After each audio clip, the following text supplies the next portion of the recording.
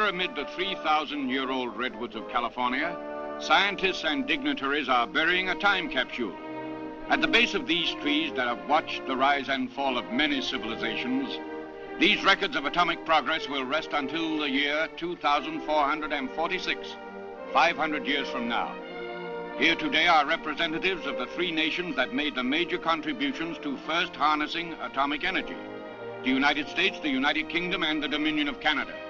Major General Leslie R. Groves, Deputy Chief of Engineers.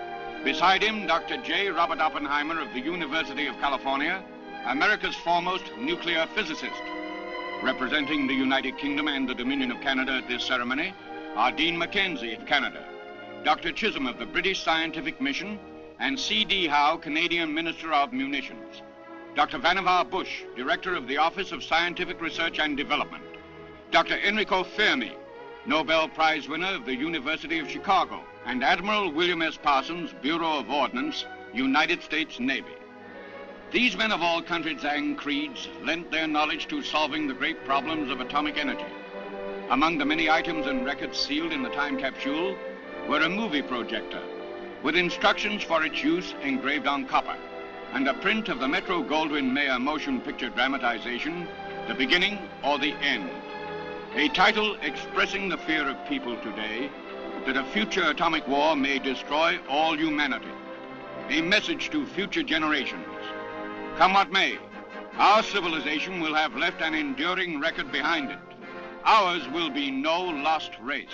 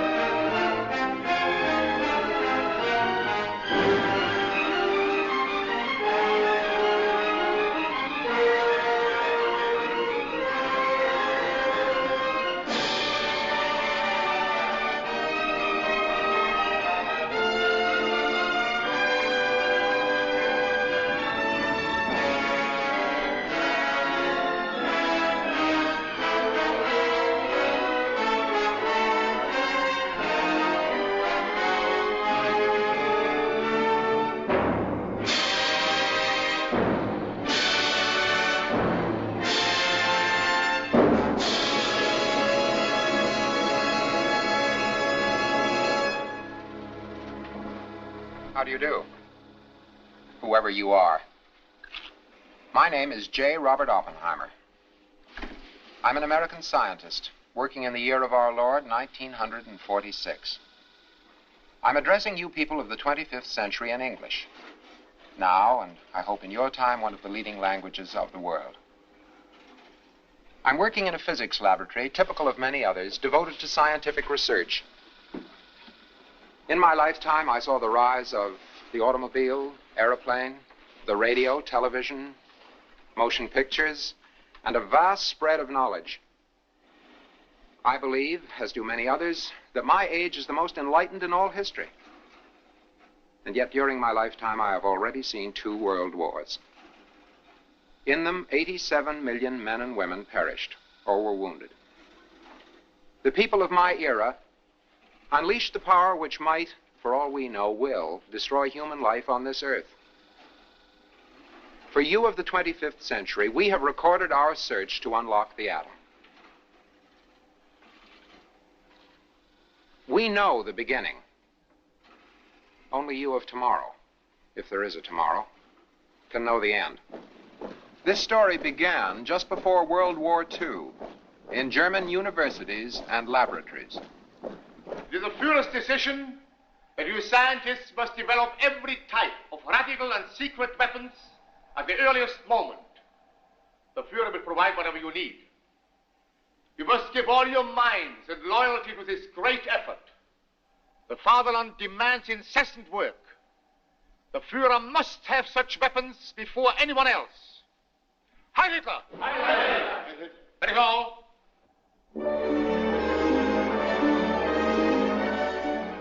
Beyond the western seas, universities followed peaceful ways of study and play. But behind these scenes of athletics, some little people of science, no longer wanted by dictators, were tirelessly continuing their inquiries into nature's hidden laws. These refugees from religious and political persecution delved deep into the newest theories of the world's great physicists, enlisting the aid of brilliant young American students. Such a student as Columbia's Matt Cochran.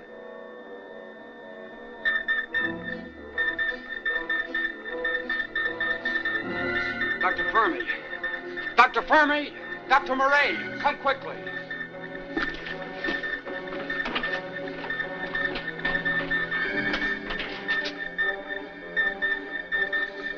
Look. Those big peaks are fissions. Yes. Such energy can only come from splitting the uranium atom. This confirms my cable from Europe. It confirms everything. Something else may take place. I couldn't sleep for thinking of it. Suppose we split one atom. It may give off other neutrons. Those neutrons split other atoms. A chain reaction. If true, we can change the world. All the power anyone can use every place. Not so fast. We are blind men reaching into the unknown. Atomic energy can become a terrible weapon of war. Look, we've all been educated to believe that science should help humanity, not destroy it. All the years of atomic research. Once they end up on a bomb. It's inevitable. So which end of the bomb do you want to be on? You realize what it will mean if Hitler succeeds before you do? But Dr. Fermi, you refused to do such work in Italy. Yes. And here you offer to do it. There Mussolini demanded I do so. But here I would freely volunteer because I trust our motives. Yes, I see the difference. Well, I'll see you gentlemen in about a week. Oh, Matt. As we agreed. But you're not through yet. What's next? Do I wash the dishes or make the beds? Look, my bride and I are going to Washington. We want to see the Lincoln Memorial. You're needed by Szilard and Wigner. They're making a very crucial experiment. Then you'll be there, Doctor. I have to make a talk to the Convention of Physicists tomorrow. I'm returning to Europe immediately. So you must be there while they're taking the next step. That's the nice thing about science. There's always another milestone.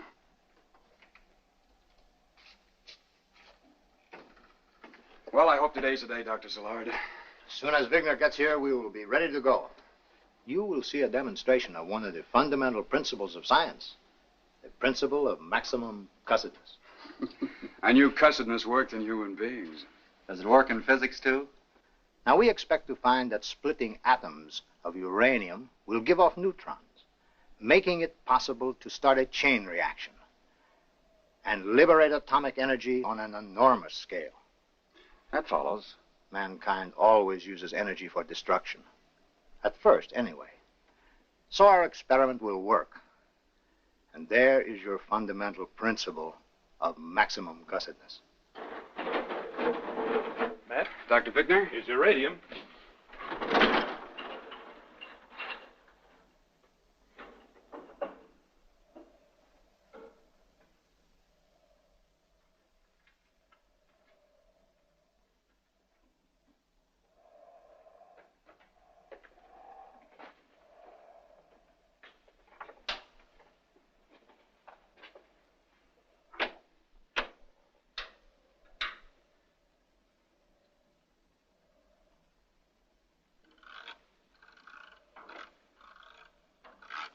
Now what's wrong? It must work. But it doesn't work.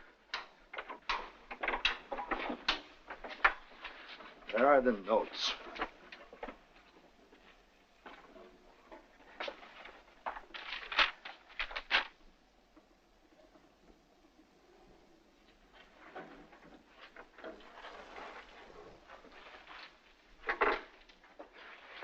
gentlemen.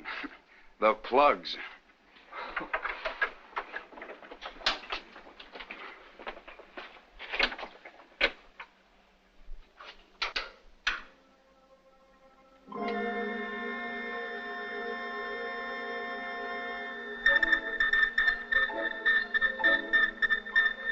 It works.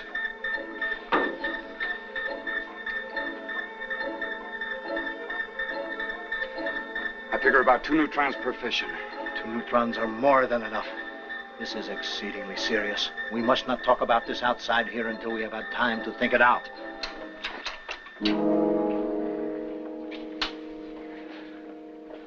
This is too big a responsibility for us, Leo. The president must be advised. He'll think we're crazy if we tell him what can result because we saw some lights on that screen. We don't carry enough weight. He would believe Einstein. He would listen to him. Good. Matt, you had better come along with us to Princeton. I was just married. Ann and I are trying to get away on our honeymoon tonight. You must come with us, Matt. Einstein will want to ask you some questions. He won't ask half the questions my bride will.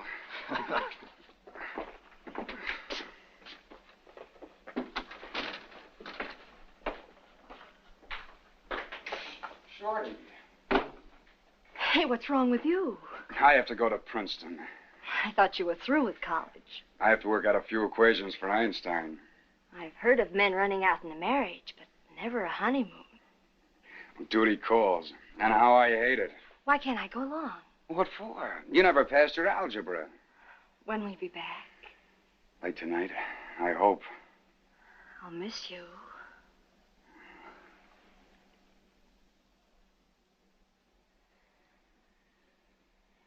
You better take in the show or something. I think I'll do the laundry.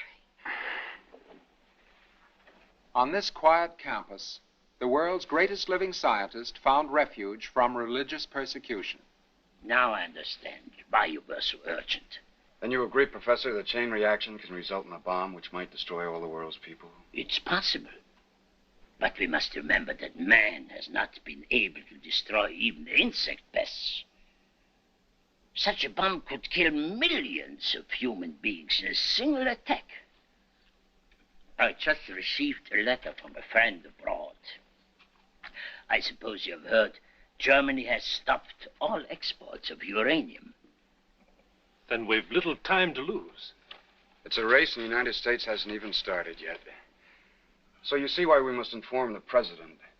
And after all, Professor, it's all based on your theory of mass being energy and energy being mass. Come now. You can't attribute it all to my theory. Nuclear physics started with the discovery of radium by Madame Curie, a Pole. It was developed by Rutherford, an Englishman.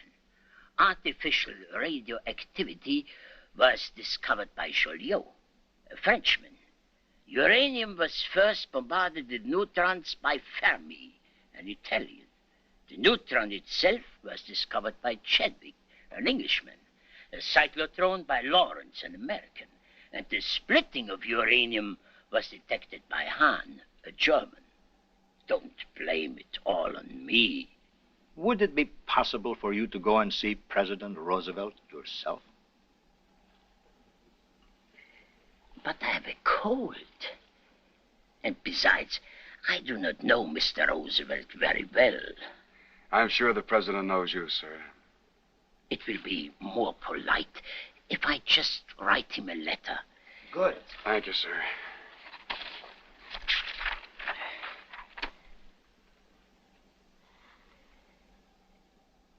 Now, how shall we begin? Stay near me and help me with my grammar and spelling. Make some notes. Please. Dear Mr. Roosevelt, some recent work by Enrico Fermi and Before Einstein's letter reached President Roosevelt, Germany's march of conquest began. Hitler invaded and conquered country after country. It was lightning war. It seemed no one could stop him. The United States remained at peace. Universities and colleges throughout the nation steeped themselves in atomic research. Our scientists, looking past the front lines, pushed forward in the race for knowledge. Compton at Chicago, Lawrence at California, Urey at Columbia, Smythe at Princeton, Spedding at Iowa State, Bachner at Cornell, Neer at Minnesota, Bright at Wisconsin. They contributed knowledge and resources to the gigantic battle to conquer the atom.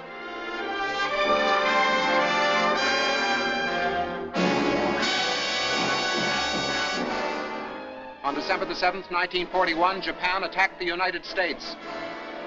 The war covered the world.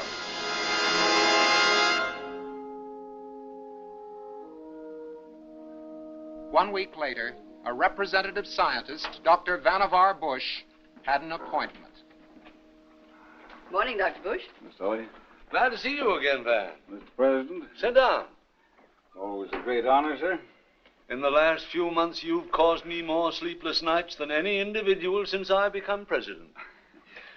So far, Mr. President, I've only sent you a few brief messages.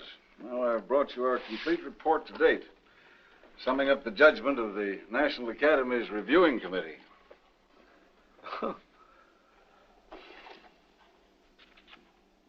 Is it favorable or unfavorable? We believe if pushed to the limit with money, materials, and resources, such a bomb can be an actuality. How long will it take? Nobody knows. One of these bombs, atom bombs, I suppose you'd call them, could it be carried in a plane? We've no idea how large it would be. That's one of the things we must learn. What'll it cost? That's another serious problem. It costs at least... Yes? $1 billion.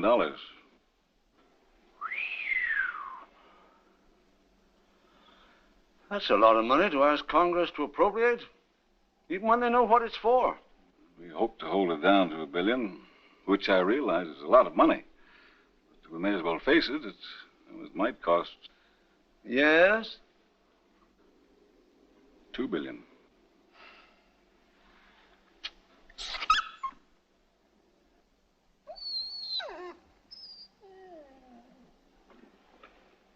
Back in '39, the Navy put up some money as a starter. How much? $6,000. We've since committed about $300,000. Well, that leaves quite a way to go, up to $2 billion. Congress would be justified in impeaching me if I spent that much money on a secret project that failed. Mr. President, the members of the National Academy of Science are the best this country can produce.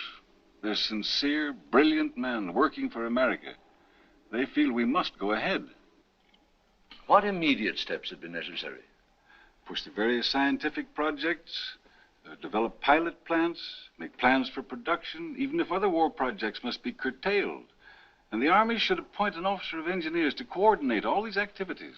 If we should get this bomb, will it be just another bomb or a decisive weapon? We feel it'll be decisive.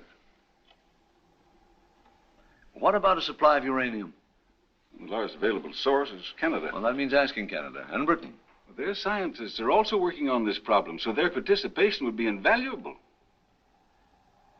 Atomic energy on the loose could open the way for the destruction of all civilization. The perfection of atomic weapons is inevitable, if not by this country, then by some other. Have you any idea how far Hitler's scientists have progressed? We feel sure they're on the same track, probably ahead of us. I have prayed I'd never have to make this decision. Well, thank you for coming, Van. You and your colleagues have done a disagreeable duty well. I'll let you know. Thank you. Good day, Mr. President.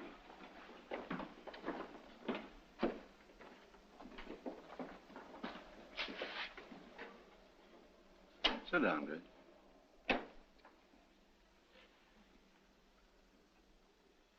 Grace, you're a woman and you hate war as much as I do. If Hitler had a bomb that could wipe out a city like Washington in one shot, what would he do with it? He'd use it.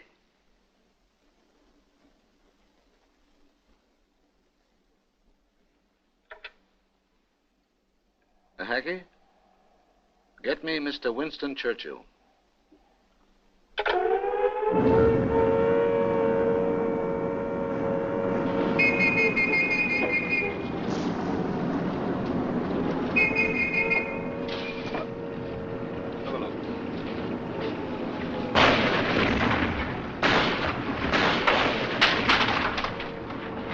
Close one. They're coming over in force tonight.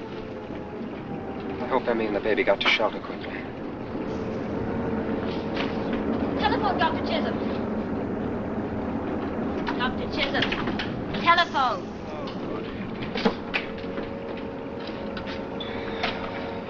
Chisholm here. Yes, certainly. Yes. This man never sleeps. Yes, Mr. Churchill. Oh, so. The entire staff?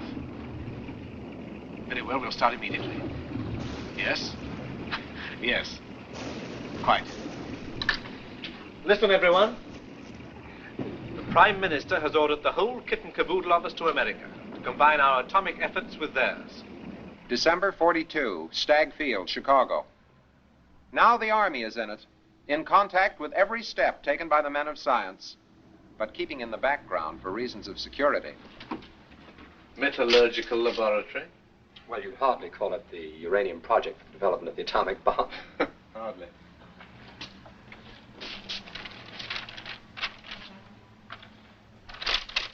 Thank you, sir.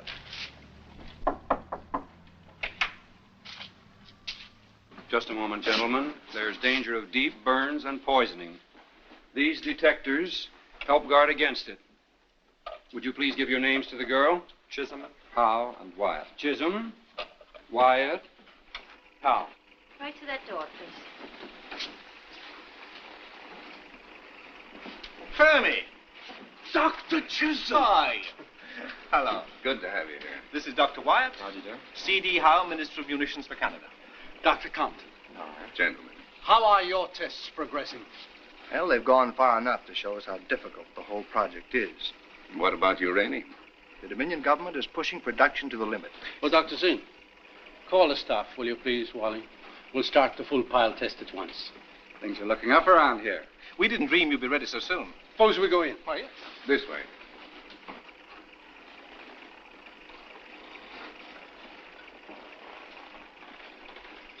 The man in the brown suit.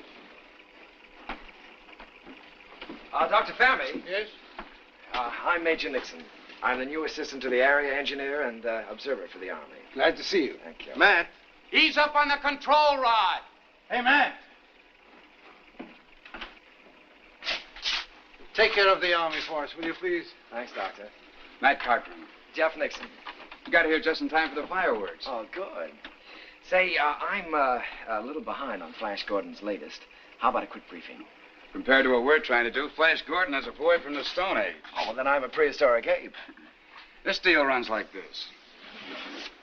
This is a hunk of pure uranium, refined from the crude ore or pitchblende. In it are many 238 atoms. How many? 100 million to the inch. Cubic inch? Ordinary ruler inch. Oh. And a few 235 atoms. Did you ever see a tree hit by lightning split in two? Mm-hmm. When a neutron hits a 235 atom, the atom splits. Like that tree. It also sends out more neutrons, some of which hit other 235 atoms, and so on. Resulting in a chain reaction. It's as if that tree were in a forest and sent out lightning when it split, splitting the other trees. Is that a fact? Well, now, what happens to the rest of the atom family? Other neutrons hit U-238 atoms, which do not split, and change them into a metal called plutonium, which we intend to use in the bomb. Oh, plutonium. Of course, we haven't any plutonium. Why not? There's never been any. It's a brand new element. Oh. The pile is an atom smasher. A stack of alternate graphite bricks and pure uranium. To supply the neutrons to keep the chain reaction going and make plutonium. Roll a billiard ball on a table. It has only two other billiard balls on it, and it might not collide with them. Oh, well, that experience I've had. But fill the table with billiard balls, and one that rolls is sure to hit at least two more. The pile is our table filled with neutrons and atoms instead of billiard balls. What happens if this dream doesn't work? There won't be a plutonium bomb. Other scientists are trying to separate U-235 from uranium. If they succeed, we can get a bomb out of that. Supposing they flop? There won't be any bomb. What's the joke? Well, I have to try to make a report on this that my boss can understand. Well, we scientists stopped all publications on atomics long ago. I hope your report will be top secret. Well, I hope I'll have a top secret to report. It's ironic only a war could give us this chance. Most scientists really don't want to make a bomb. I thought a bomb was what this was all about. Well, what we discover should belong to the world, as much as a new medical discovery. Well, just get us that bomb, and get it before Hitler or the Japs. I often wonder if we should. Well, the way the war's been going against us, you'd better, and soon. You can do your wondering later.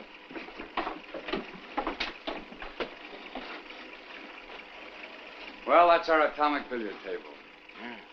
Now, the show doesn't really start until the pile reaches a size we call critical. Then it should start to multiply. If chain reaction really works. You mean chain reaction is only an idea, too? Oh, it's better than that. It's an unproved theory. The pile is controlled by those cadmium rods running through it. Until they're pulled out, they absorb neutrons greedily and keep the pile from running away and exploding. And if that theory doesn't work? Well, we may lose something. Like what? No, like Chicago. Of course, that really couldn't happen. Well, why didn't you move it out into the desert? Well, we intended to, but all our equipment's here and time is everything.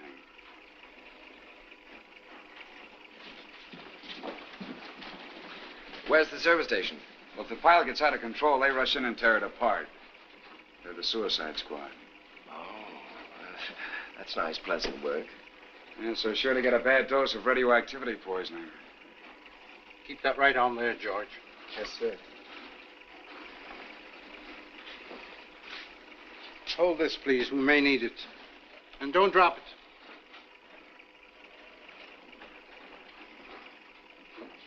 Complete the last layer of bricks, please.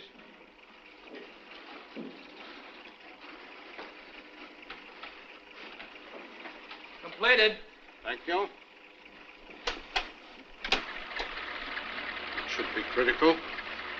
Testing stations, please. Don't you have a job? I'm in charge of that vertical bar. My pals laughingly call it Dead Man Drive. If something goes wrong, they figure I'll keel over. Gravity will drop the bar into the pile, and maybe save something. Like what? Like St. Louis? Remove the safety rods.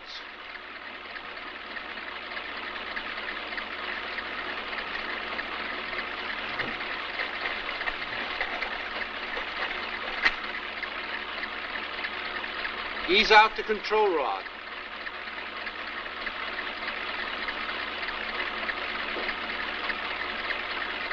Out a little more, please.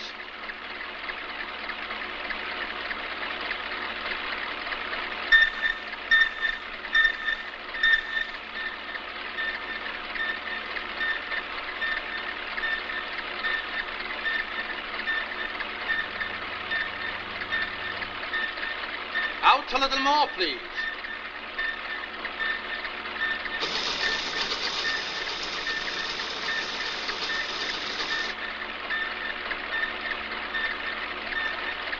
Out a little more, please.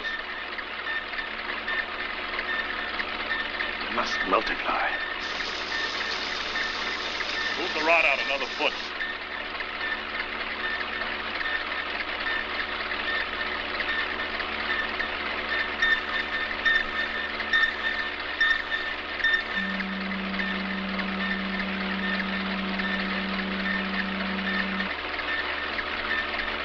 Change chamber from 9 to 10.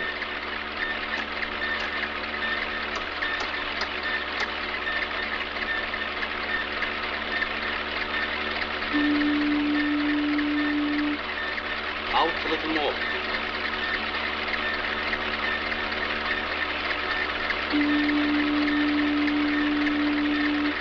Out a little more, please.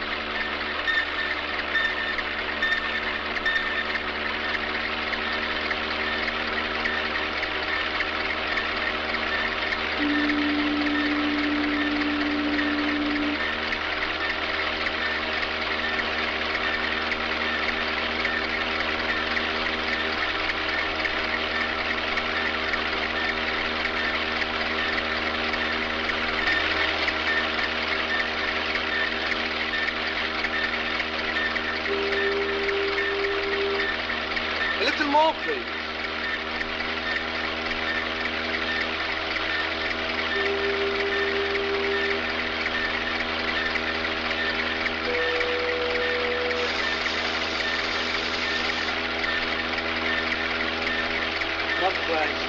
It multiplies.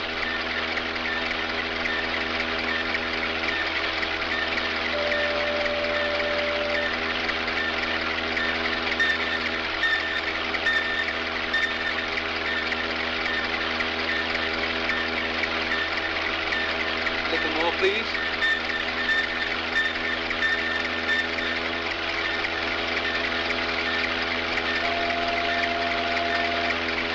A little more, please.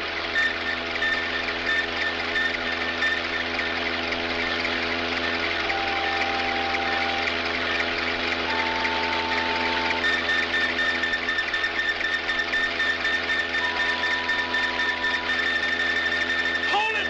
That's enough! Push the rod back.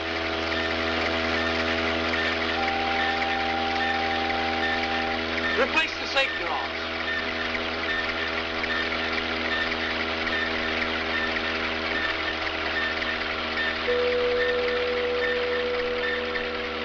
Oh.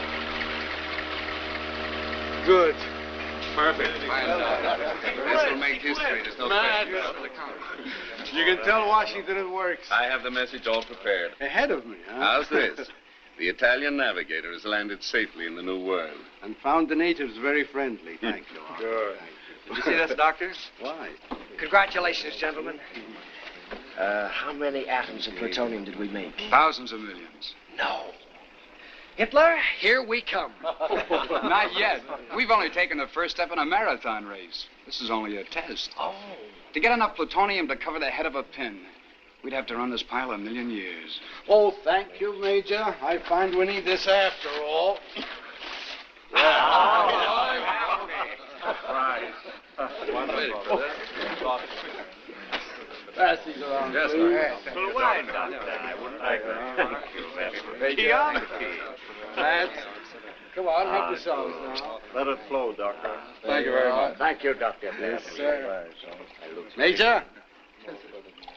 Matt.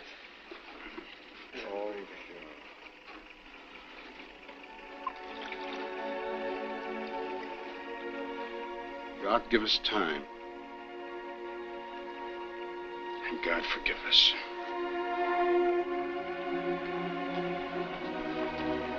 Dr. Fermi? Yes?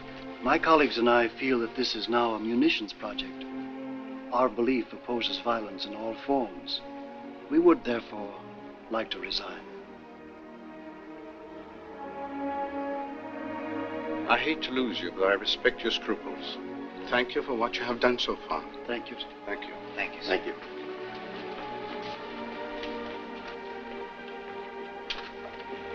Sometimes it takes greater principles to stay than to go.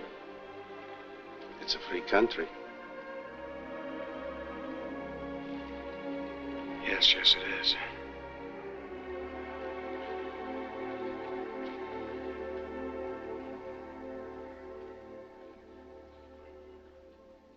Good night. Good night, sir.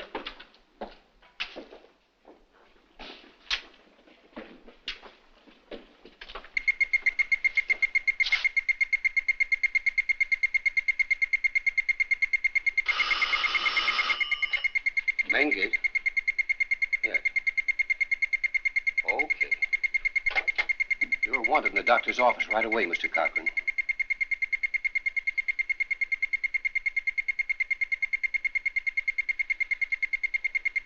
Thanks. Hello, stranger. Oh, Shorty, don't come near me. Try and stop me. Stop! Oh, I picked up some sort of radioactivity. are you sure you're all right? Oh, it's nothing, but I'd better go back to the clinic. I'll wait right here.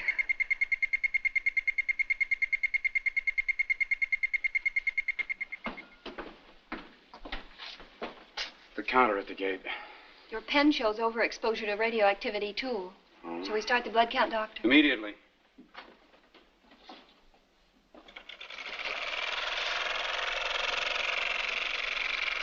Get out of those clothes.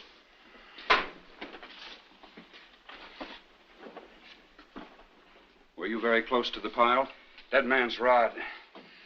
Looking all around the pile. This could be very serious. Yes, Doctor? Blood count, please. Yes, sir. You'll have to report here daily for rechecks. The worst may not show up for weeks.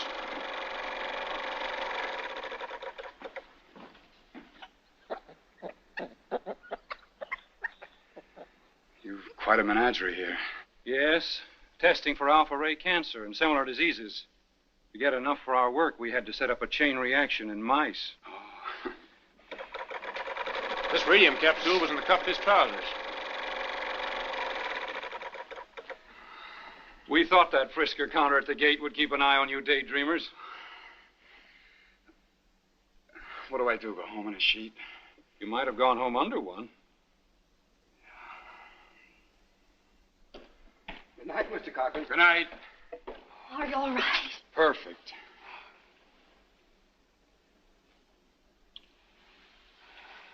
Hey, what are you doing here? Oh, I tried to be a good girl, but I couldn't stay away any longer. It's telepathy.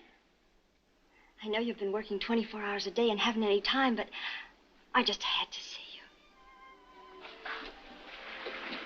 you. What about your job? Oh, I told them I needed a few days off to chase down a man.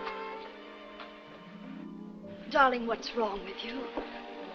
You seem 1,000,000 miles away and empty inside. I wish I could tell you, Cherie. Is it about your work? Mm-hmm. You could stop it and join the army. In many ways, the front lines would be easier. Oh, I hate to see you like this. Well, you'll just have to trust me. Let me work things out for myself. I'll trust you and love you. Darling, the problems you can't tell me I still share. But if we mustn't talk about them, let's forget them. There are nicer things for the few moments we have. This above all, to thine own self be true, and it must follow as the night the day. Thou canst not then be false to any man, and you better not be false to me either.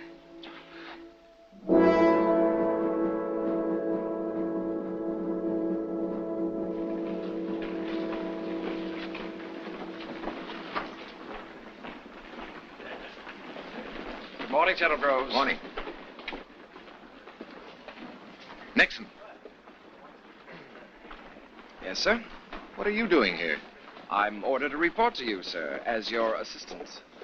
Well, that's a pleasant surprise. I'll bet it is. Morning, Jim. Good morning, sir. I thought I'd got rid of you.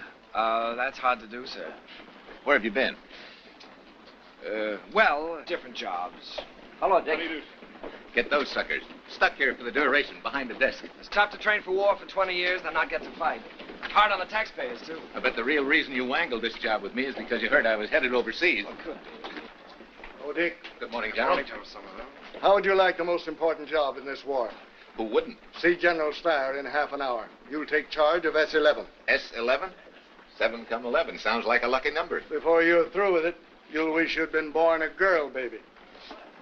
S-11. Well, it could have something to do with submarines. Submarines. The only real job in this war is landing in France.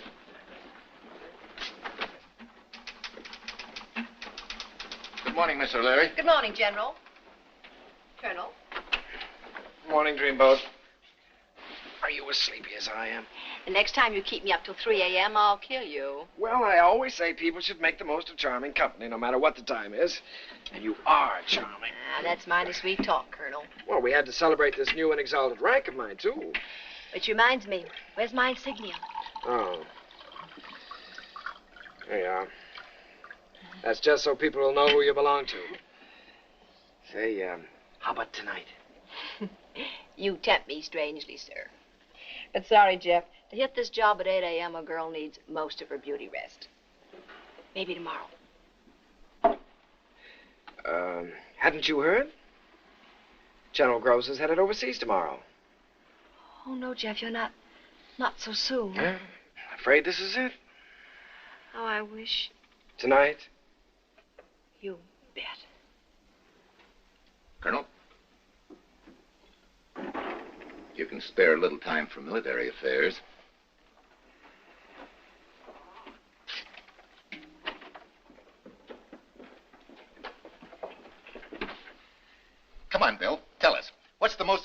overseas job in this war? Kidnapping Hitler? The most important job in this war is right here in Washington. Now, wait a minute. I'm a field soldier, and I've done my share of desk work. This job will make construction of 100 training camps and this building seem like playing with baby's blocks. The president has signed a blank check for it. And I fill it in. No thanks. If you'll take this job, you'll be doing everybody in Washington a favor. Why pick on me? You're the only officer in the Army who can think of spending $100 million without fainting. Of course, it won't be easy working with the best scientists in the country.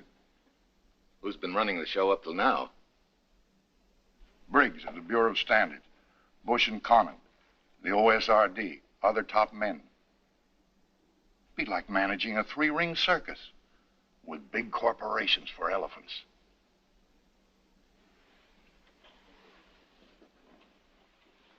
What is it? Developing something to end this war. An atomic bomb. An atomic bomb? That's it. You should be proud they want you to do the job. I'd like to meet the guy that recommended me for it. What's been done so far? You can be brought up to date on the details by Colonel Nixon.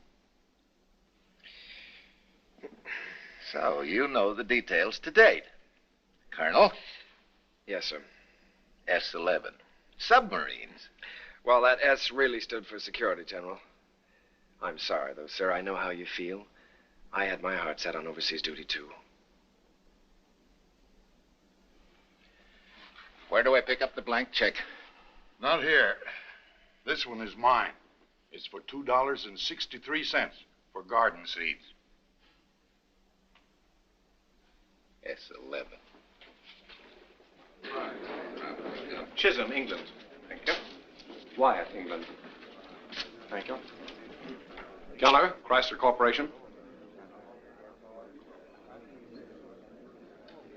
Bush, Office of Scientific Research and Development. Hello, Dr. Bush. Hello. Rafferty, Union Carbide. PC Keith, Kellogg's Corporation. Winnie, General Electric. Thank you. Carpenter, DuPont Company.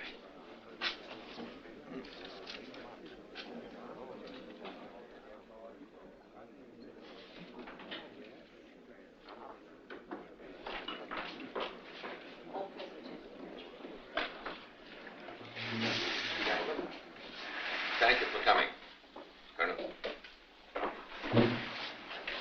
I'm about to read you formally and officially the Espionage Act of this country.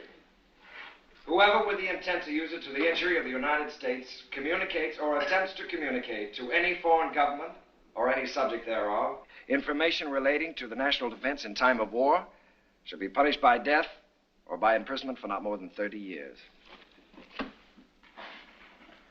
Gentlemen, my commission required me to take an oath to defend the United States against all of its enemies, whomsoever. I'm sure each of you would be glad to do the same. We're here to discuss a matter of great importance. Those who remain will be bound by the Espionage Act. Anyone who wishes to leave the room may now do so. This is not Germany.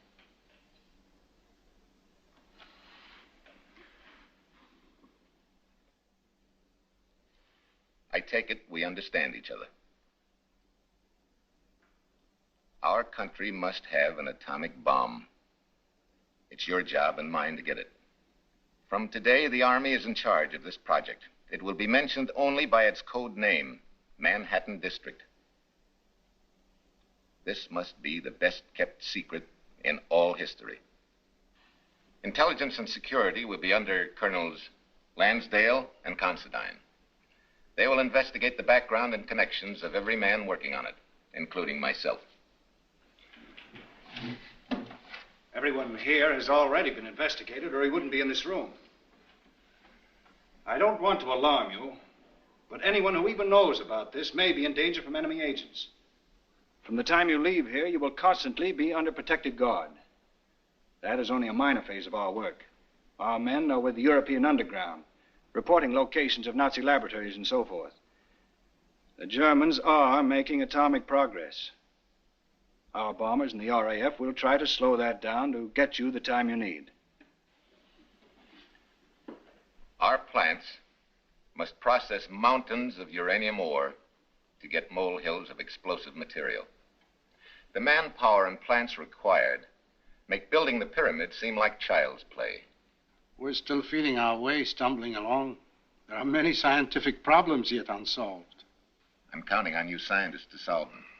A plutonium plant needs tons of pure graphite, power, cooling water, and it must be isolated. It may endanger a large area. We've decided to build that plant near Cooley Dam and cool it with the waters of the Columbia River. Code name, Site W. What about U-235? We'll set up the 2 uranium factories and the plutonium pilot plant near TVA in Tennessee.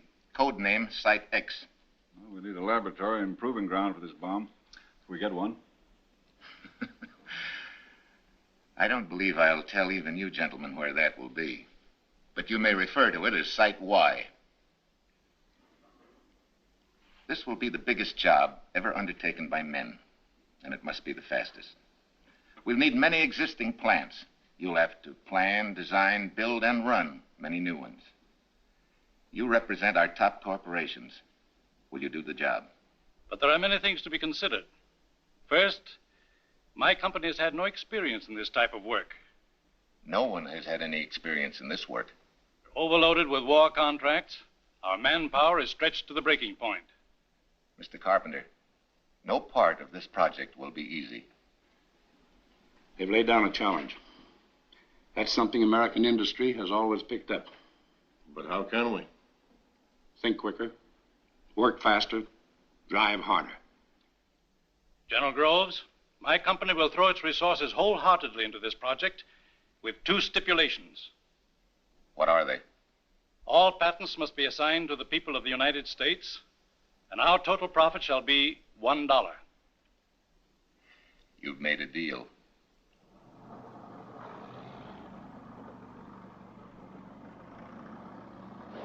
We've named this place Oak Ridge. Oak Ridge, Tennessee.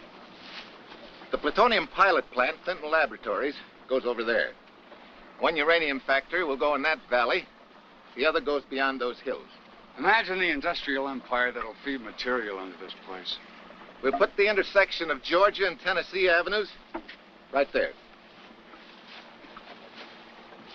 From a stick in the dust, a secret city rose.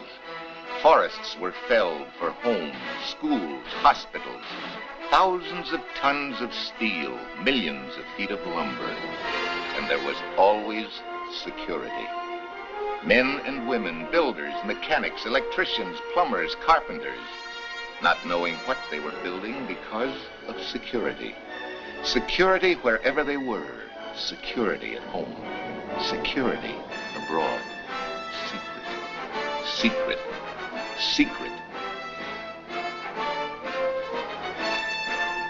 From everywhere came scientists. From the laboratories, from industry, from the army, from colleges, from technical schools. For this was a young man's project. They knew why they were there, but they were silent. Because of security. Secret. Secret. Secret. A stick in the dust became the 5th largest city in a state. Working. Working. Working on mountains of pitch blende from Canada. Refined into a tiny speck of something, which someday might change the course of the world.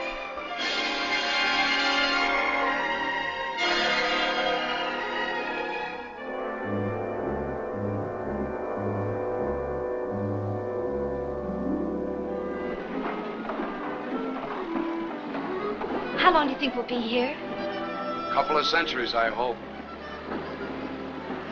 End of the line. Shoes.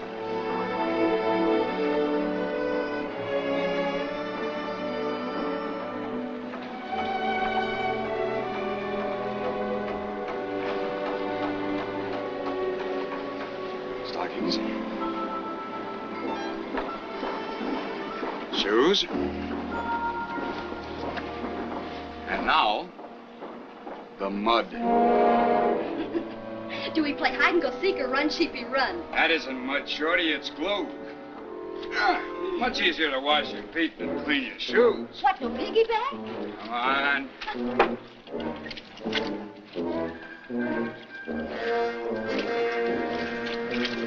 Matt, Just testing. They come through every once in a while. testing for what? You saw the sign back there. No questions. I feel like I'm married to Superman. Well, here it is. Oh, breathtaking. Home sweet home.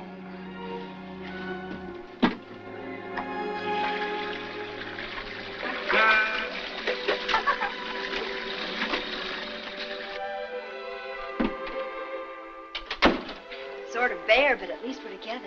Well, families with 2 kids get much larger quarters. Twins running our family. Well, think of the time we'll save. General? Come in, Rand. Pull up a chair, gentlemen. Well, Rand, what's on your mind? Process A is an absolute failure, General. We've no chance to make it work? I hate to say this, but we all agree it's no good. Then we'll abandon it. But, General, we've already spent $20 million. Can't ride a dead horse. We put your people to work at the electromagnetic plant. That looks like a dead horse, too, General. What's wrong with it? We'll never get enough copper to wire those electromagnets. We've combed every source. Copper. Copper alloys. Nickel, chrome, silver, silver. Silver's as good a conductor as copper. How much do you need? 6 million pounds. 6? 6 million pounds of silver. And that's $100 million. Another $100 million. Holy smoke. General, here's another one in your lap. There's not a mill in America that can roll 3-inch stainless. Then build one. Yes, sir. We've been on the brink of failure too often to weaken now. Remy? More trouble? Dr. Compton sent Major Gregor down here. The chemists finally have a practical method for extracting plutonium from uranium. What? Don't tell me we've started to run in the stretch. We're back in business. Mr. Carpenter of DuPont is here on an inspection trip. Ask him to step in right away, please. Well, Tom, about that silver. The Treasury. The Treasury Department has plenty of silver. I'll get them to lend us the 6 million pounds you need. I'll sign for it. I hope your credit is good, General. If they balk, I'll put it up to the White House. We won't even charge the Treasury Department for taking care of it. And we'll give it back to them when we're finished with it. Now get your people to work. And yours. Right, General. Oh, Fermi. Sit down just a minute. Mr. Carpenter, the chemists have finally licked plutonium extraction. You can go ahead with the Hanford plant. Well, what about moving the people who live in that area? It covers 700 square miles. That's your job, Jeff. Get those 18,000 people out of there. Locate them in new homes and make them happy, but don't tell them why. Yes, sir. Major Gregor and Cochran will go along to help. But... Yes? Well, get going. There's a plane waiting at the airport. Take off the second you get there. I'll wire Dr. Compton to meet you in Hampton. Yes, sir.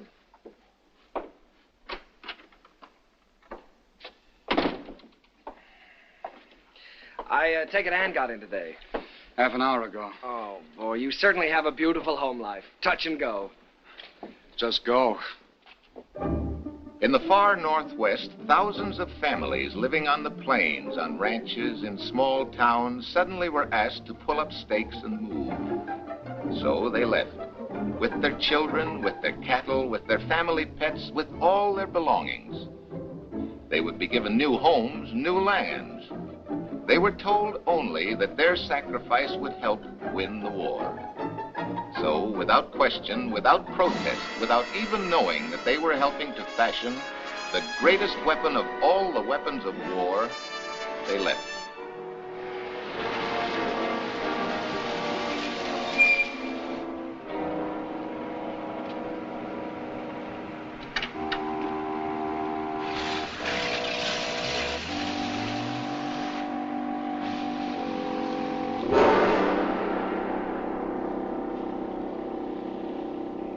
Hello, General. General, we must have 200 houses at once. 200 houses? What for? So that the 200 precision tool makers I need will have a place to live. After you get them for me. After I... 200 precision tool makers? There aren't that many in the country. Captain Parsons and I agree that to design and build a gadget, we need them immediately. I'll see what I can do. Thank you. Thank you. There's still a few details of design to work out. Hello, Jeff. We've been expecting you. Hello, Hoppy. Hey, Matt. You got Hello, here. Matt. Hi, Parsons. Jeff. This is the first uranium-235 from Oak Ridge. Will you sign these papers, Hoppy? Oh, of course. I hope you know the combination. I don't. We counted on this arriving on February the 7th, so we made the combination 2745. Well, looks like America met a deadline. And there's only a few hundred more to meet. 45. We are. Thank you.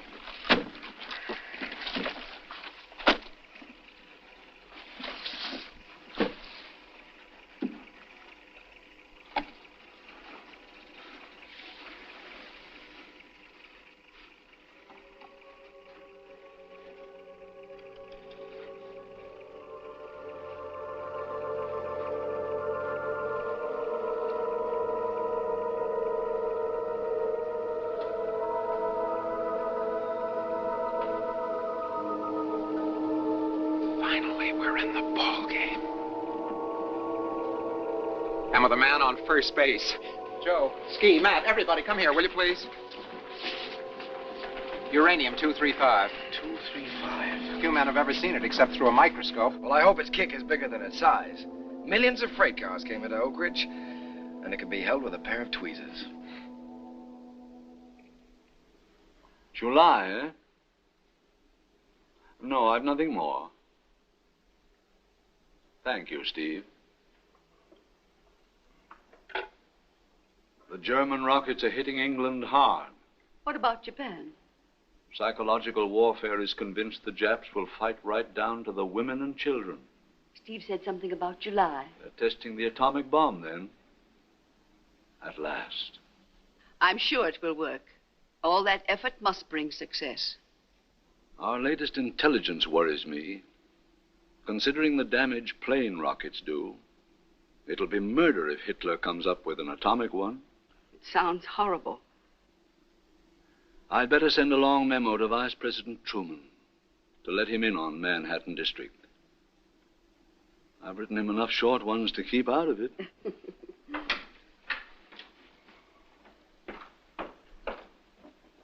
My dear Harry. The artist is ready, Mr. President. Remind me to finish that memo. One thing I'm sure of, our men are doing their best.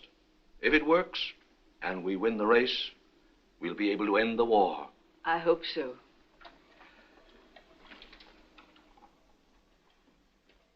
There's an additional thought I want to incorporate in my Jefferson Day speech. Yes. We seek peace, enduring peace. More than an end to war, we want an end to the beginnings of all wars. Yes, an end to this brutal, inhuman, and thoroughly impractical method of settling the differences between governments. Yes.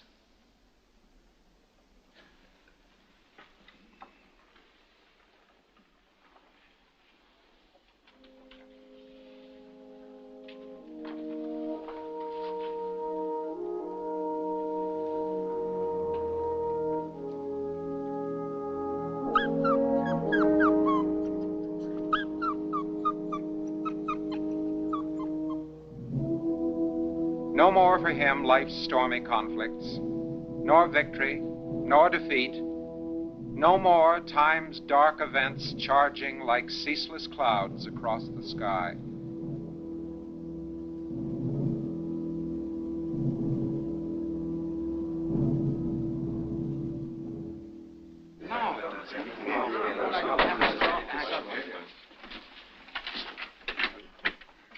Hello, General.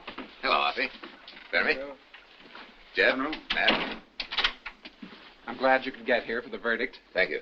General Farrell. How do you do? Dr. Oppenheimer? Offie. General Farrell will be in charge of field operations, if we have them. Right. Shall we go ahead? Please. Evening, General. Come on, man. Hello, Colonel. Evening, sir.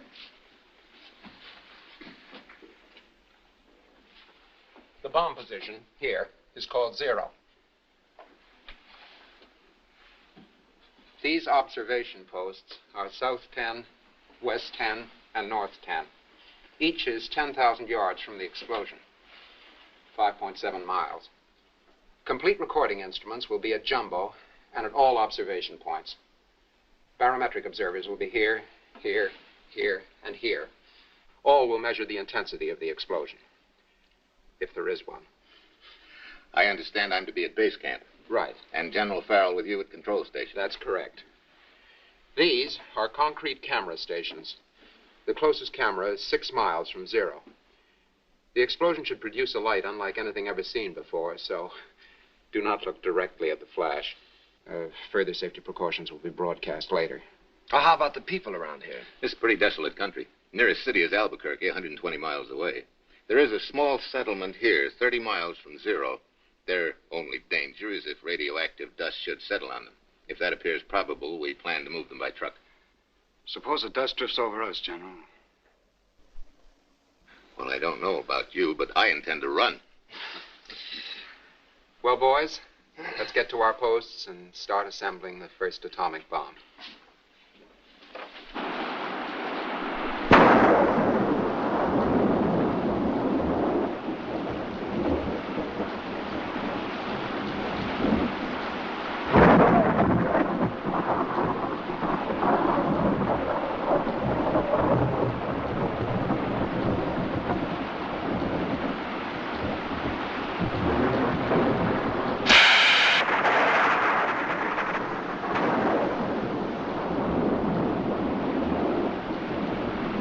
Glad it was only the dummy bomb. Saved open my eyes. I've always been scared of lightning.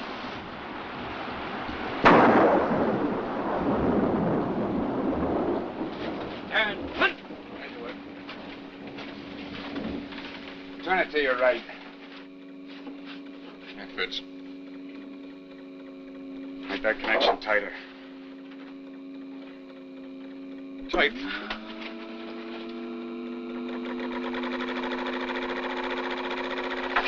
Closer up.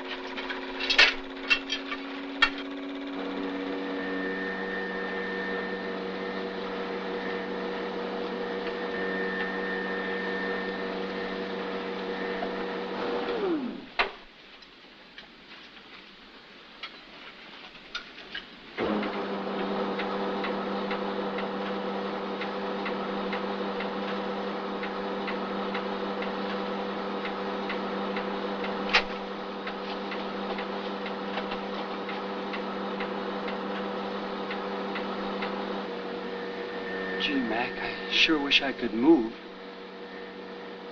Me too. All right, boys, let's get to our stations. We'll clear this area except for the final party.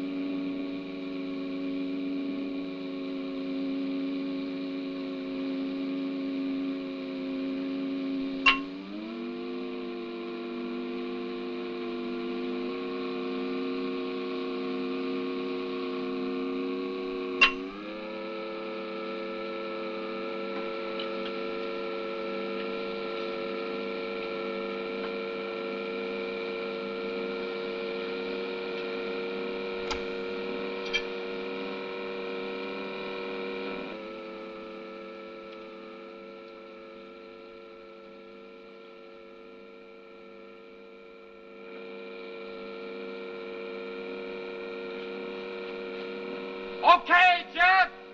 Okay.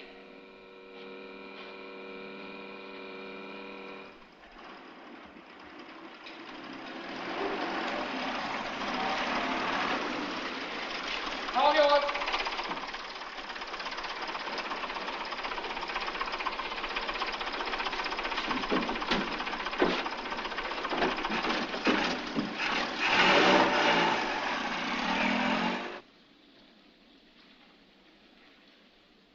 I can't help thinking, suppose this bomb sets off the oxygen and nitrogen atoms and starts a chain reaction in the air.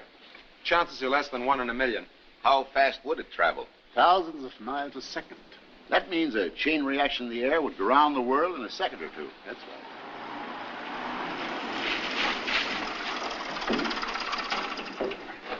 right. All set, sir. Well, this is it. Barrow, good luck. I'll be 4 miles further away. General, if air chain reaction happens, that won't be a safe margin. Check. And remember, you'll be in the open.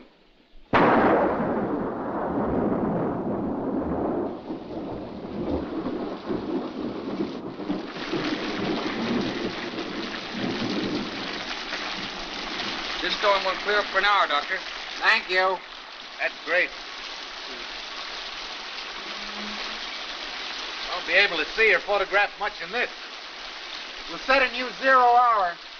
5:30. Better get going.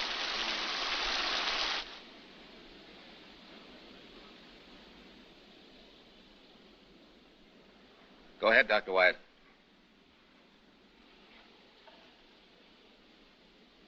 Attention all observers.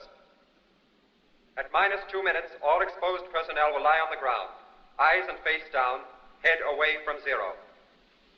It is now 0 minus 9 minutes. You must now apply sunburn lotion to face and hands. Put on your special glasses. You must at all times shield your eyes from the light of the explosion. It is now 0 minus 7 minutes.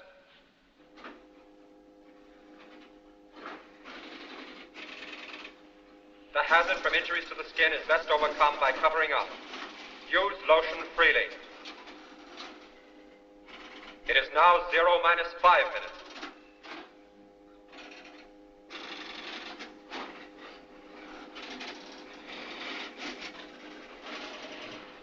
It is now 0 minus 2 minutes. The sound will not reach you until seconds after the flash, depending on your distance from the tower.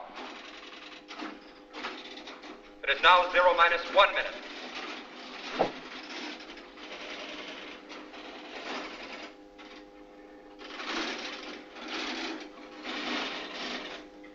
Cut in the automatic control. It is now 0 minus 10 seconds. 9 seconds. 8 seconds. 7 seconds. 6 seconds. 5. 4. 3. 2. 1.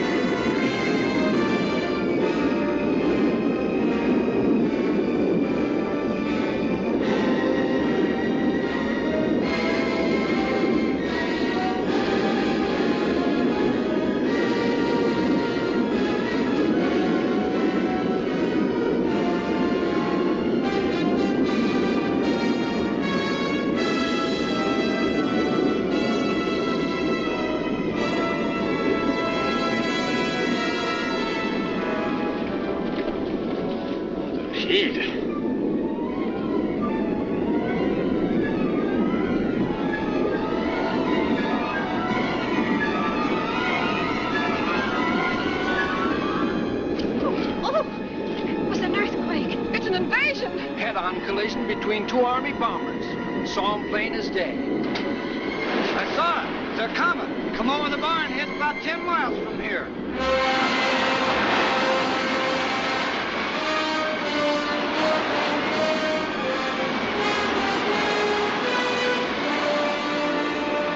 It's equal to at least 20,000 tons of TNT.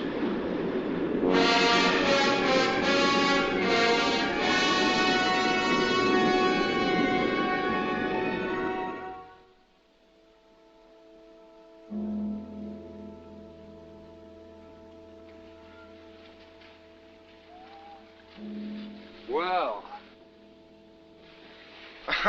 How did you survive today, little one? Did you wear dark glasses and put your feet towards a blast? You know, at first I thought the bomb might be terrible enough to make man choose between peace and destruction. Now I've seen it. I wish we hadn't made it. Robert, a lot of men not yet born will be grateful to you for this day. Thank you, Van. I hope they'll have reason to be grateful. We have unleashed a force that can be very good or very evil. All the energy of the universe, locked up since the beginning of time. Now we've finally turned the key. I wish President Roosevelt could have lived to have seen it. Yes. He would have been very happy to know that now it seems certain we can hurry the end of the war. Hoppy, did you really have no worry how far this reaction might go? In my head, no. In my heart, yes.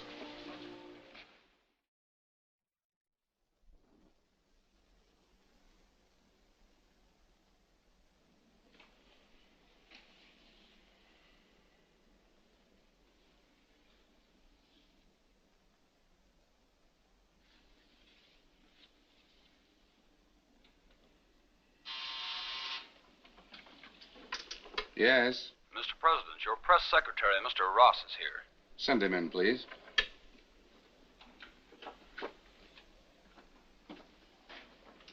Mr. President. Charlie. I have just distributed to the press the text of the Potsdam Declaration, the ultimatum to Japan. What was their reaction? Great approval and some curiosity. Why curiosity?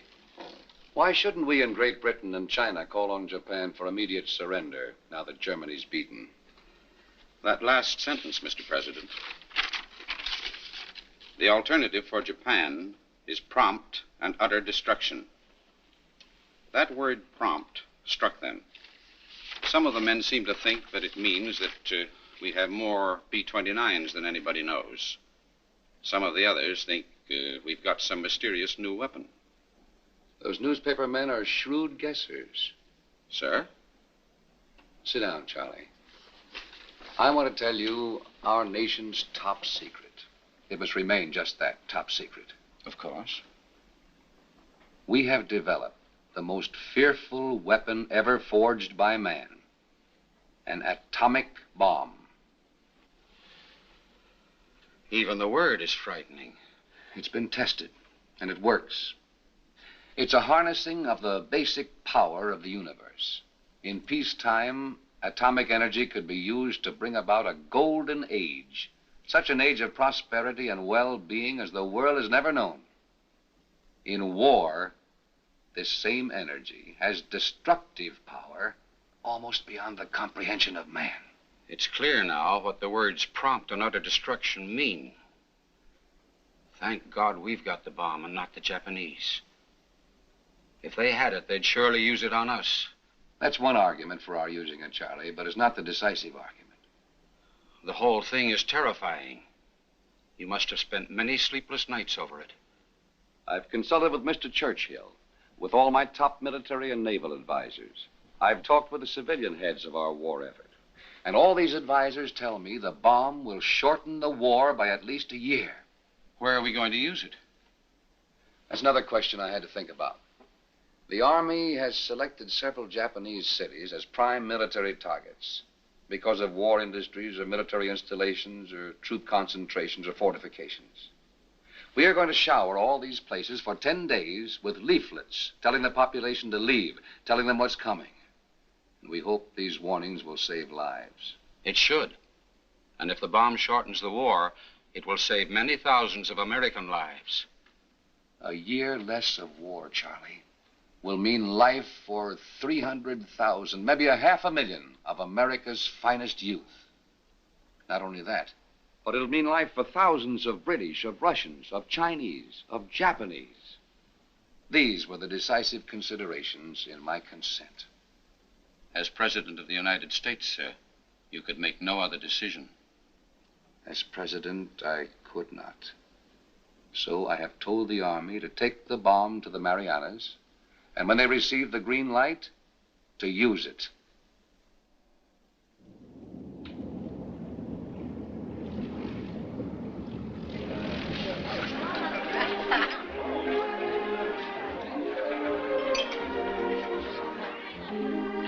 We'll all meet here again.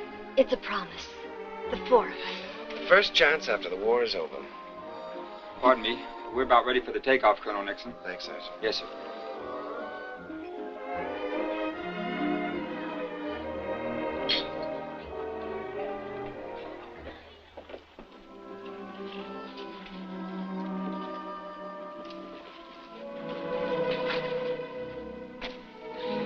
You know, it's very funny. Every time we see each other, we're either saying hello or goodbye. When I get back, it's going to be hello for keeps. Oh, are we playing for keeps? Well, it's about time, isn't it? Could be. That is, if you promise to bring me back a grass skirt, could be. Sure, bring you back a dozen grass skirts and a ukulele for myself. Don't get too far away from that telephone, will you, baby?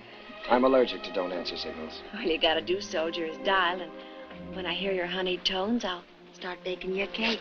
Oh, no, not that. All right, I'll buy you one. Goodbye. So long. I hate to leave a cute gal like you on the loose. Big risk you're running. The farther away you go, the tighter you hold me. I can think of less painful ways of proving how we feel about each other. Parting is no sweet sorrow to me. It's just a pain in the neck. And such a cute neck. You're a cute sort of a guy. You know, if I weren't married to you, I'd make an awful try to get you. I surrendered once, and for keeps.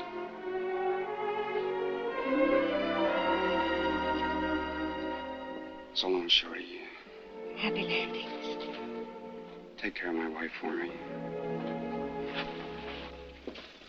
It's all right.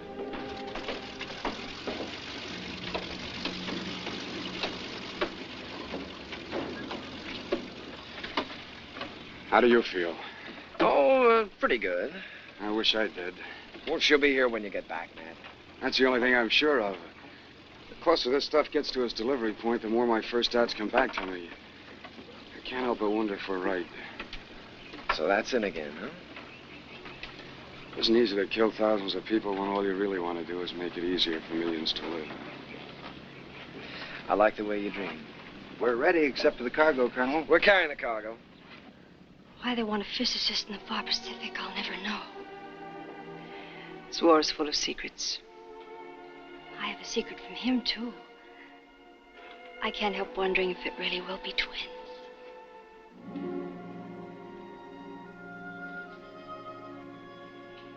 I wish I'd never heard of the Espionage Act. Nothing.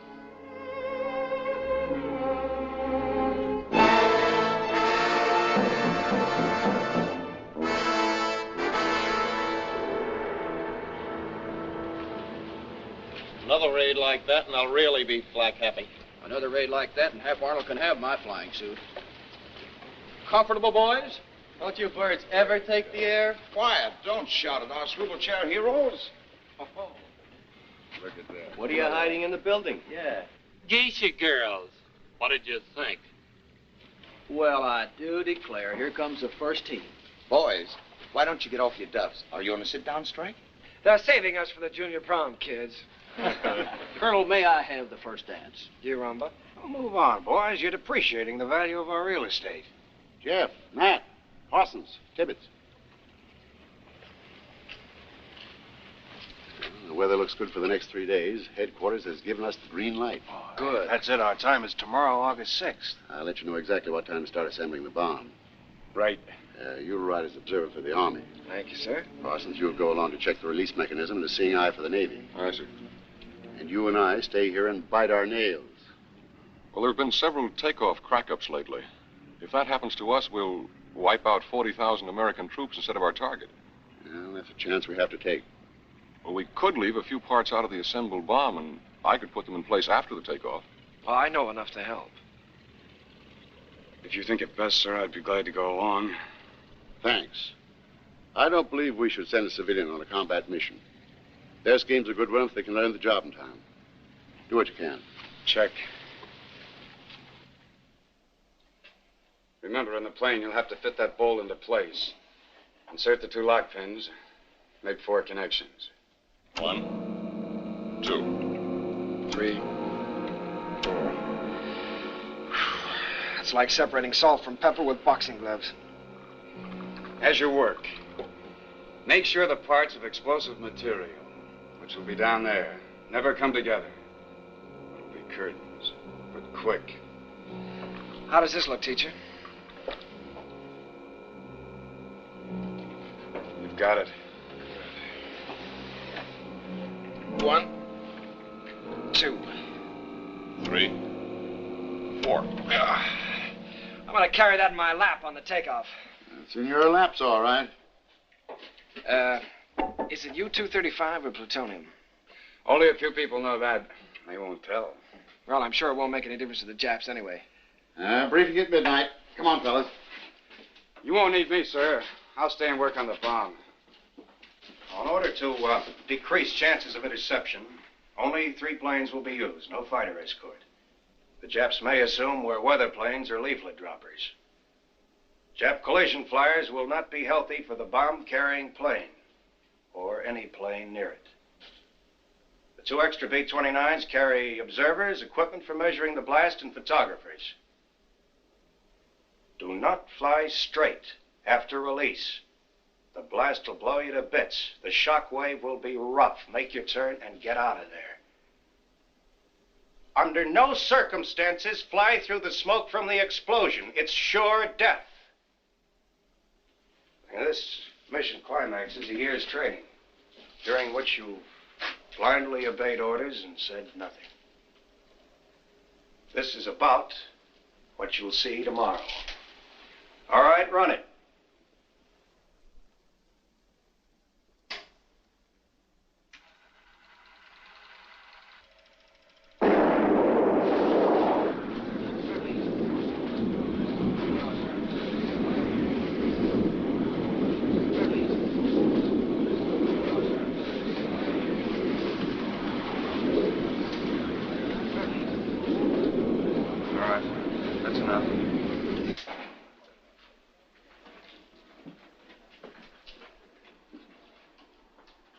Bomb assembly time is 0300.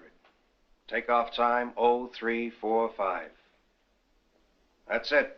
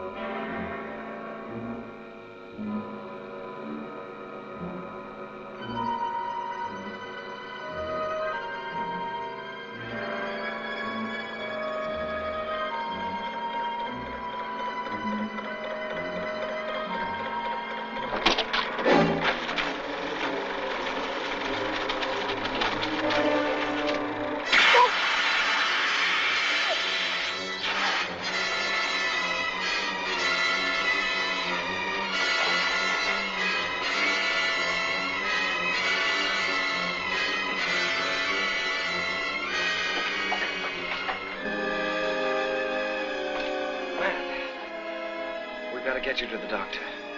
I'm afraid it's too late for that. How did it happen? Accident.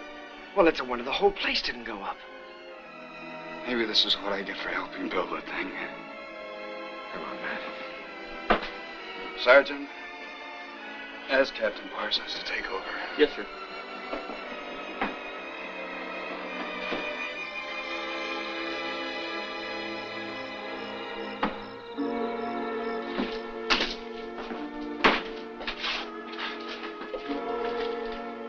want you to promise me to see her. Of course I'll see her. Oh, you're a lucky guy, Jeff. Give her this letter. Be sure she gets it. There are things that I've been wanting to say to her for a long time. Important things.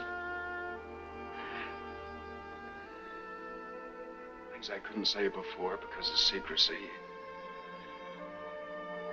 And because I wasn't sure how I really felt.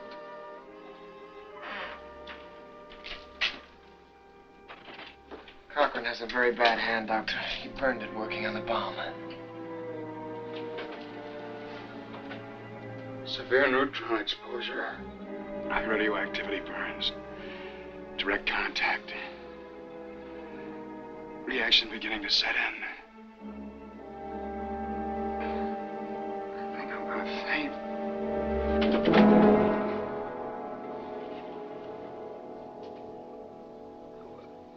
Isn't there anything you can do? He'll be dead tomorrow.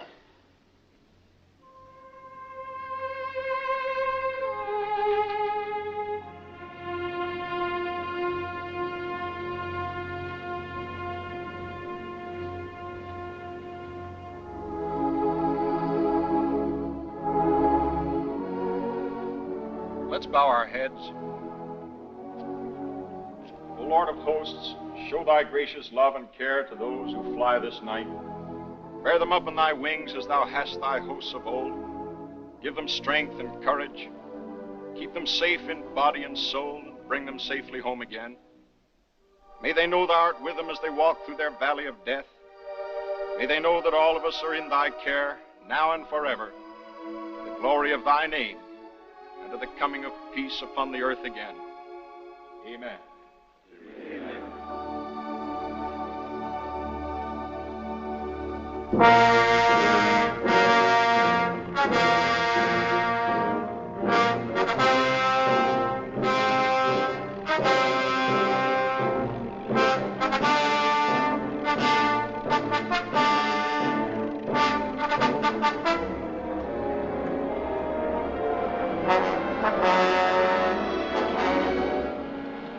Sir, about Matt, don't send the usual cable, please. I think I ought to tell his wife about it myself. I'll arrange that. Better take care of this till I get back. Good luck, Jeff. Thank you, sir. Good luck, Parsons.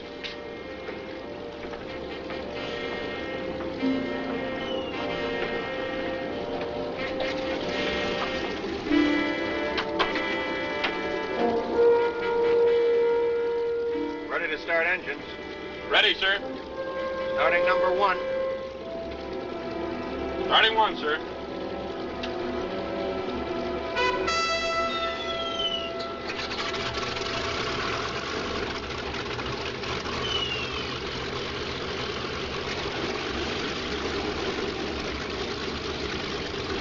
Starting number 4. Starting 4, sir.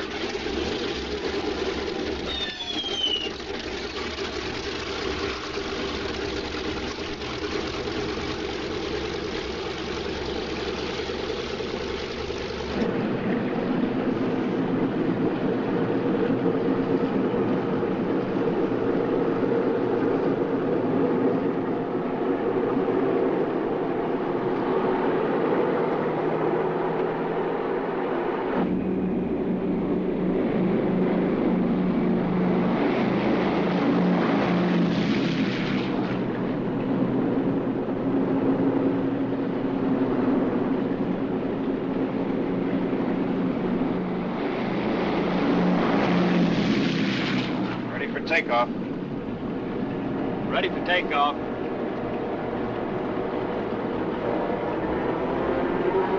Here we go, sir.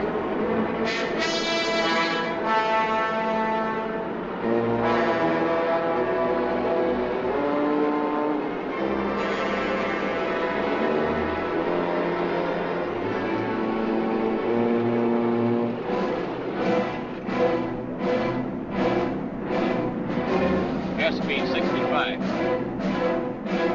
Airspeed 75. Airspeed 85. Airspeed 95. one, old man. Up! Up!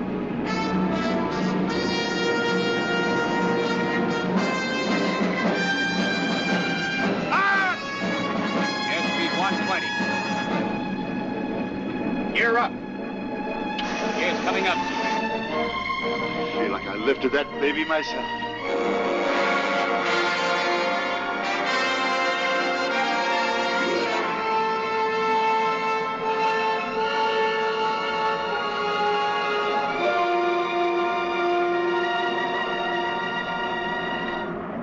Pardon me, sir, but what's in that black box? Well, it's a new sort of metal.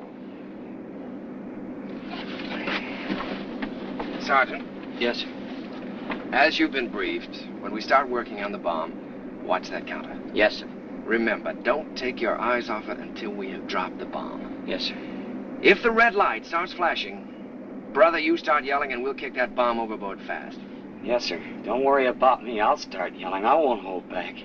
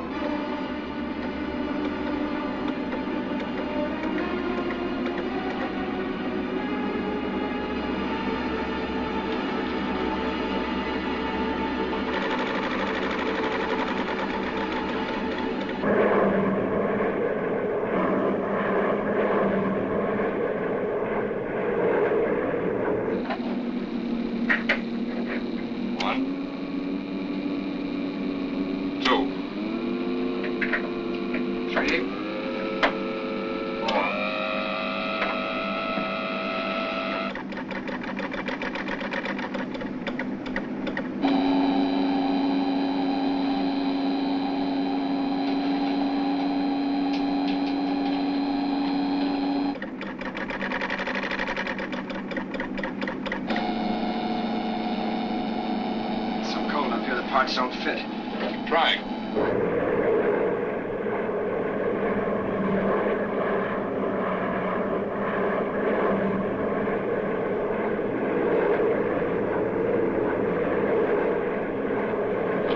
Long boy. Calling long boy. We're getting out of range. I say, have they finished? I can't hear you. Repeat, have they finished? They're still working on it, sir. They say it's so cold up here, the parts don't fit. Navigator to pilot. We're 75 miles out, sir. Roger, 75 miles out. Radio silence. Roger, sir.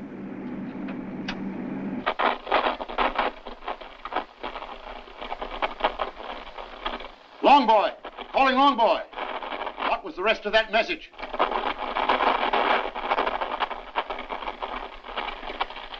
We're out of range.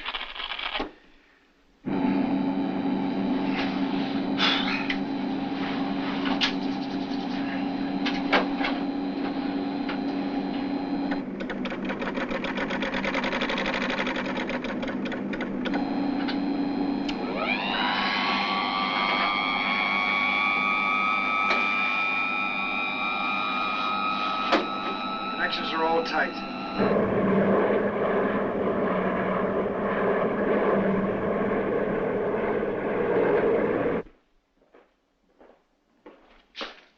Your lane is over there. We should be hearing soon. Stop worrying, General. Who's worrying?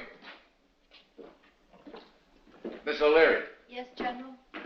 why don't you go home? Why don't you? General.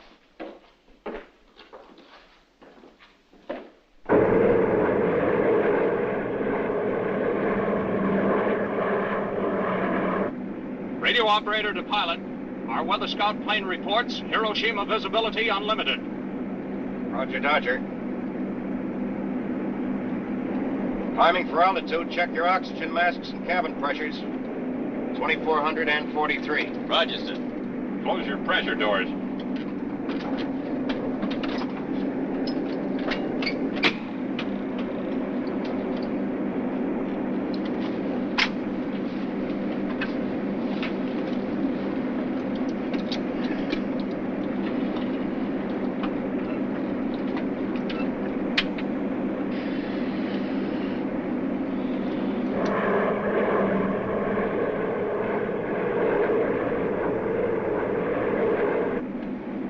Hit Hiroshima on the button at 8:15. Pilot to crew, grease your faces, put on your special goggles. ETA 0815.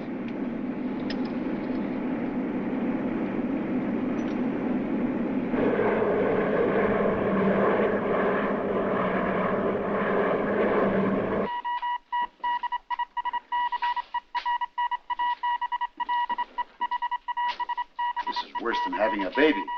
And I've had 6.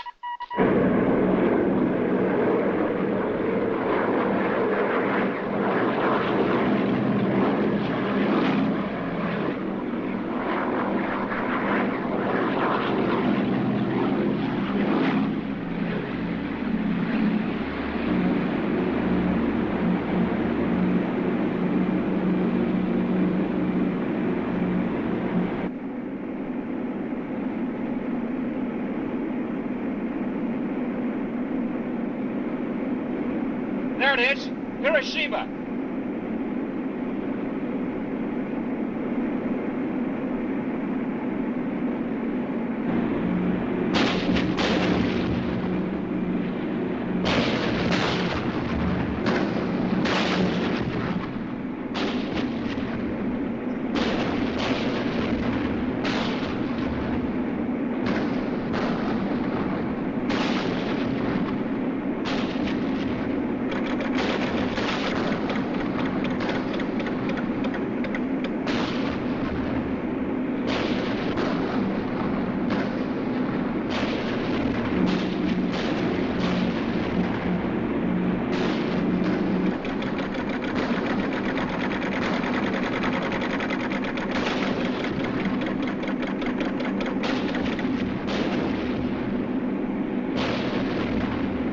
$250,000 people down there starting the day.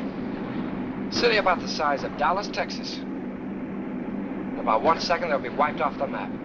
They'll never know what hit them. We've been dropping warning leaflets on them for 10 days now. That's 10 days more warning than they gave us at Pearl Harbor. On target. Bomb doors coming open.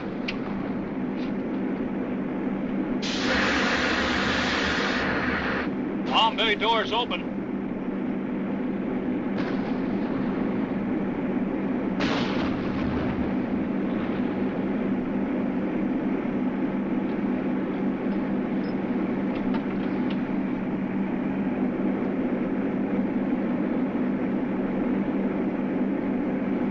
Bomb away!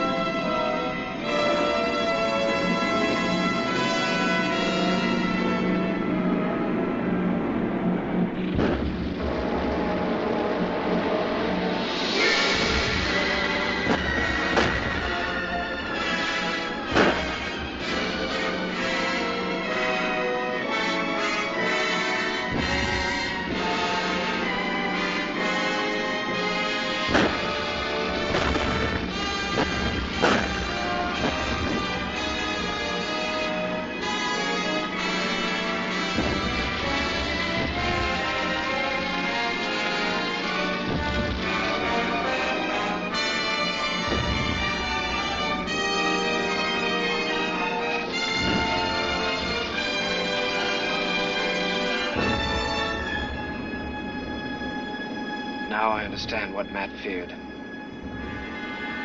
If ever there is another war, it won't be cities burning themselves one at a time, but the whole world on fire, eating itself to ashes. Let's get out of here. I feel like we're over a dead world.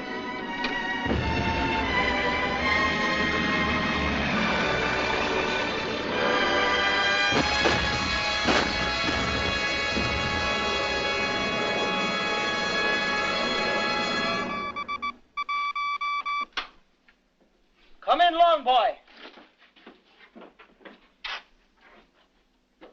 Hiroshima destroyed at 0815. En route, Tinian. Here it is, sir. Line 5, color red. Line 1, color green. Hey! What happened? What is it? What's It worked. It worked perfectly. 3 years' work by 1 million people, day and night. Worry and sweat. At last.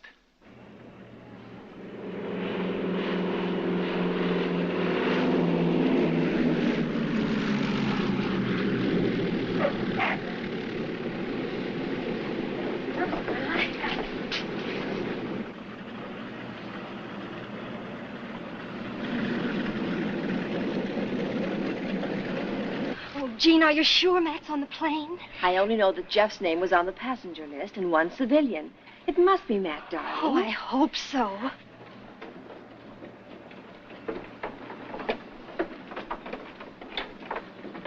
Hello, General. Jeff.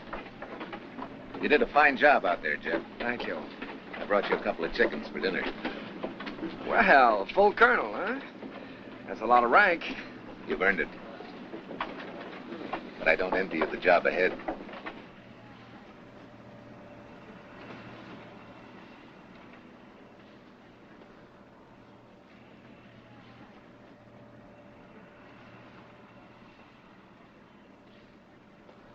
I'm sorry, Anne. You better get her out of here. Use my car. Thank you, General.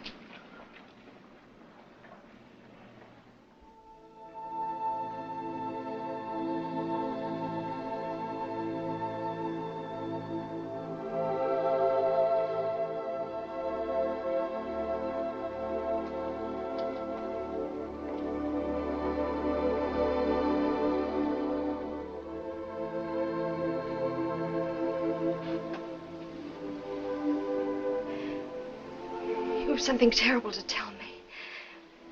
That's why you brought me here. Sit down, Anne.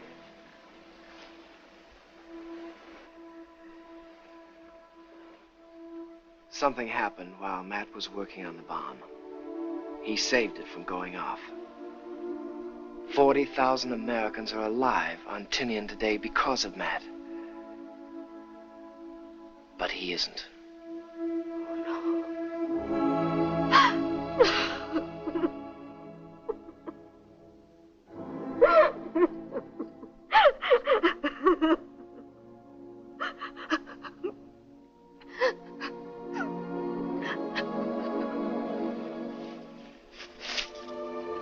Anne, this is from Matt. You may want to wait until you get home. No. It should be right here.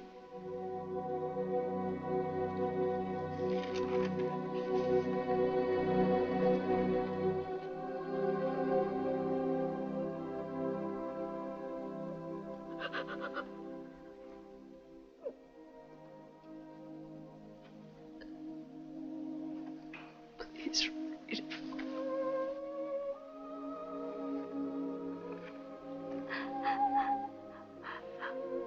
Dear Mom, you and your secrets. It was nice of you to keep me from knowing about our baby. So I wouldn't worry while I was in the Pacific. You should learn not to talk in your sleep. You'll be a fine boy, Anne. Gentle and kind and full of health. Please keep me from spoiling him. By the time you read this, Hiroshima will have told you why I went to the Pacific. I know you'll be shocked when you learn about the bomb. From the first, I've had my doubts whether man could ever learn to use this terrifying force for good instead of evil. The dark threat of future atomic war, which can destroy civilization unless men learn to live together. This struggle with myself has made me write this letter, which is the voice of my conscience.